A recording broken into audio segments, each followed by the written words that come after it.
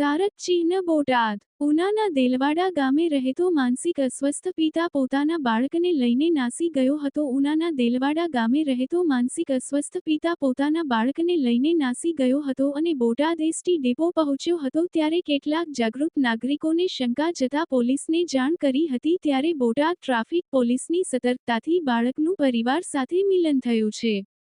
બોટાદ જિલ્લા ટ્રાફિક પોલીસે એક માનવતાભર્યું કાર્ય કરતા માનસિક અસ્વસ્થ પિતા પાસેથી બાળકને બચાવી લીધો છે.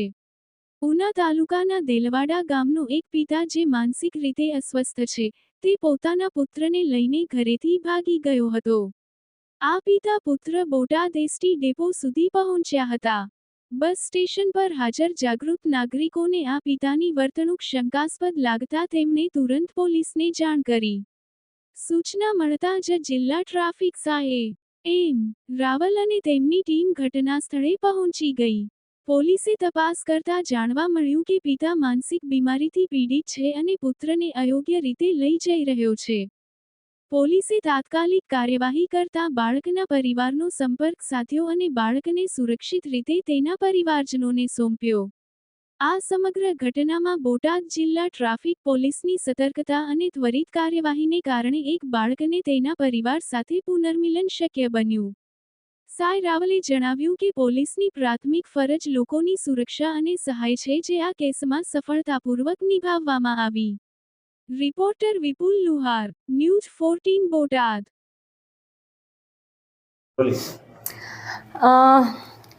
આજે કાલે બપોરે બોટાદ ડેપોની અંદર એક બનાવ બનેલો.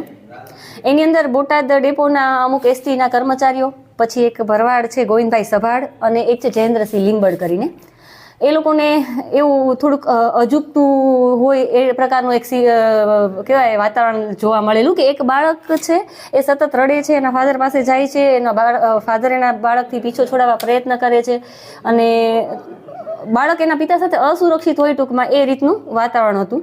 એટલે એ લોકોએ પોલીસને અમને લોકોને જાણ કરી, જયેન્દ્રસિંહ લીંબડે અમને એન્ટી હ્યુમન ટ્રાફિકિંગ યુનિટને અમને લોકોને જાણ કરેલી કે ભાઈ આ રીતનું છે અને અમને એવું લાગે છે કે બાળક એના પિતા સાથે અસુરક્ષિત છે. એટલે અમે લોકો અમારી ટીમ સાથે ત્યાં પહોંચેલા. પછી અમે એને બોટાદ પોલીસ સ્ટેશનમાં, મહિલા પોલીસ સ્ટેશનમાં લઈને આવેલા. બાળકની પૂછપરછ કરી.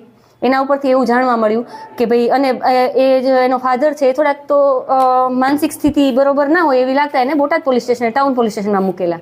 પછી અમને પૂછપરછ ઉપરથી થોડો એવો અંદાજ આવ્યો કે ભાઈ ઉના તાલુકાનું દેલવાડા ગામ છે, ત્યાંના લોકો આ કદાચ રહેવાસી છે. એટલે એ વેરીફાઈ કરવા માટે અમે દેલવાડા ઉના પોલીસ સ્ટેશનનો અને દેલવાડા સરપંચનો બધાનો સંપર્ક કર્યો. પછી આ બાળકના ફઈ ફુવા, એટલે આ જે ભાઈ છે ને એના બેન બનેવીનો અમને સંપર્ક થયો. એટલે એ લોકોએ કીધું કે ભાઈ આ બાળકને આ ભાઈ 4-5 દિવસ પહેલાંથી લઈને જતો રહ્યો હતો અને અમે પણ એને આજુબાજુના તમામ જિલ્લામાં ગોતવા માટે પ્રયત્ન કરી રહ્યા છીએ. બરાબર. એટલે અમે એ લોકોને પછી બોલાવ્યા અહીંયા અને વ્યવસ્થિત કાઉન્સેલિંગ કર્યું, એના ફાધરનું વ્યવસ્થિત કાઉન્સેલિંગ કર્યું, તમામના નિવેદન લઈ અને એના પરિવારને આ બાળકને અમે સોંપી આપેલ છે.